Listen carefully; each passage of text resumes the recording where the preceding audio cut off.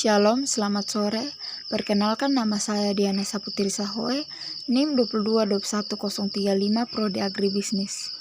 Saya akan menjelaskan tentang subsistem pemasaran produsen tempe. Bab 1, pendahuluan. Latar belakang. Tempe adalah makanan yang dibuat dari kacang kedelai yang difermentasikan menggunakan kapak rhizopus atau ragi tempe. Selain itu, terdapat pula makanan serupa tempe yang tidak berbahan kedelai yang juga disebut tempe. Kata tempe berasal dari bahasa Jawa kuno. Pada zaman Jawa kuno, terdapat makanan berwarna putih terbuat dari tepung sagu yang disebut tumpi. Makanan tradisional ini sudah dikenal sejak berabad-abad lalu. Abad ke-16 di Jawa telah ditemukan kata tempe. Misalnya dengan penyebutan nama hidangan jahe santan tempe, sejenis makanan tempe dengan santan, dan kadele tempe serundingan. Tempe merupakan makanan tradisional yang telah dikenal di Indonesia, yang dibuat dengan cara fermentasi atau peragian. Pembuatannya merupakan hasil industri rakyat. Tempe diminati oleh masyarakat, selain harganya murah, juga memiliki kandungan protein nabati yang tinggi. Tujuan penulisan dibuat untuk memenuhi tugas mata kuliah pengantar ilmu agribisnis, serta dengan tujuan agar pembaca mengerti tentang gizi yang terkandung dalam kedelai setelah diolah menjadi tempe, serta pembaca dapat mengerti cara pembuatan tempe kedelai yang baik dan benar. Bab 2, pembahasan. Bahan baku. Bahan baku pokok pembuatan tempe yaitu kedelai. Jenis kedelai terdiri atas 4 macam, yaitu kedelai kuning, kedelai hitam, kedelai coklat, dan kedelai hijau. Para pengrajin tempe biasanya memakai kedelai kuning sebagai bahan baku utama.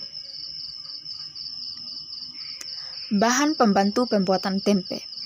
Dalam pembuatan tempe dikenal beberapa macam ragi atau laru tempe yang digunakan dalam proses fermentasi yang menghasilkan tempe dengan kualitas tinggi.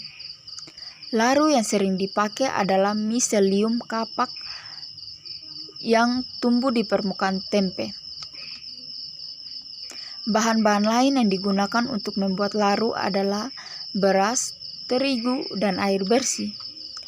Bahan pembungkus tempe adalah daun pisang maupun plastik berlubang-lubang. Tenaga kerja.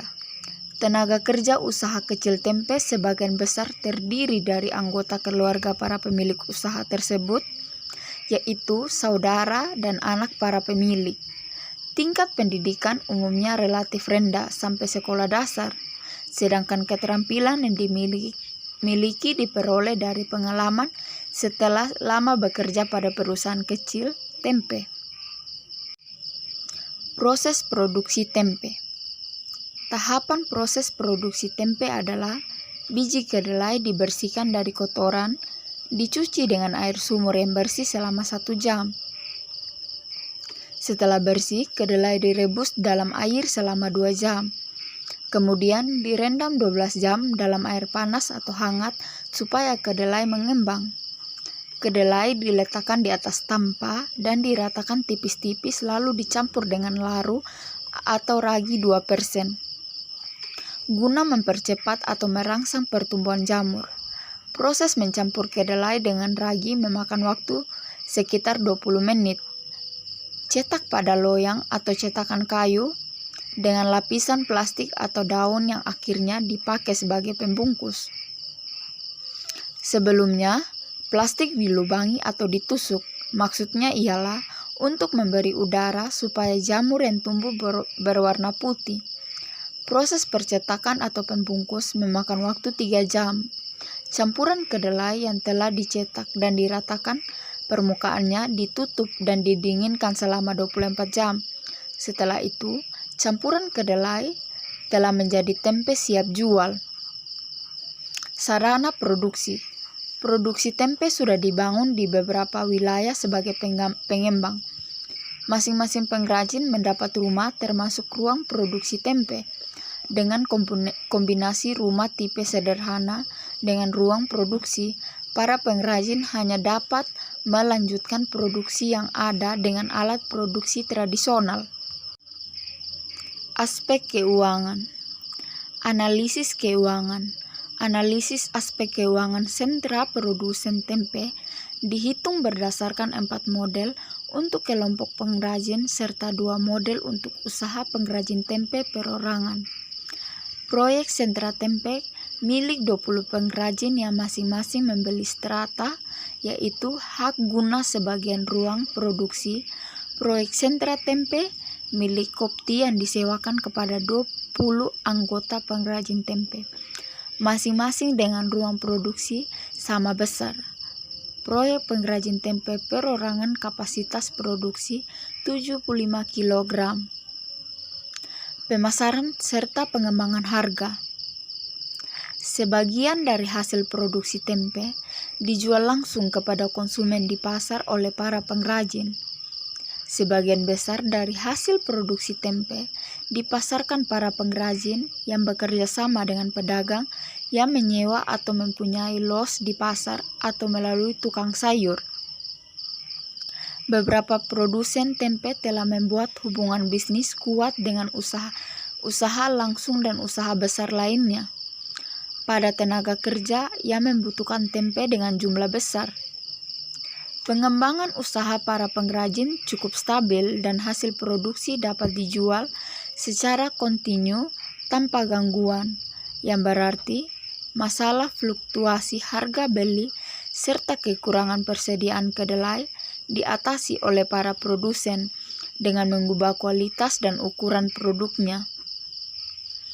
Harga jual tempe antara 1,6 sedangkan 1,9 kali lebih tinggi dari harga pembelian kedelai, yaitu nilai tambah antara 35% sedangkan 47% kalau dihitung dari harga jualnya. Bab 3 penutup. Kesimpulan. Arah perkembangan ekonomi nasional ditandai dengan surutnya sektor pertanian dan membesarnya sektor industri dan jasa. Tumbuhnya industri modern di perkotaan merupakan kecenderungan wajar dalam sejarah perkembangan suatu negara.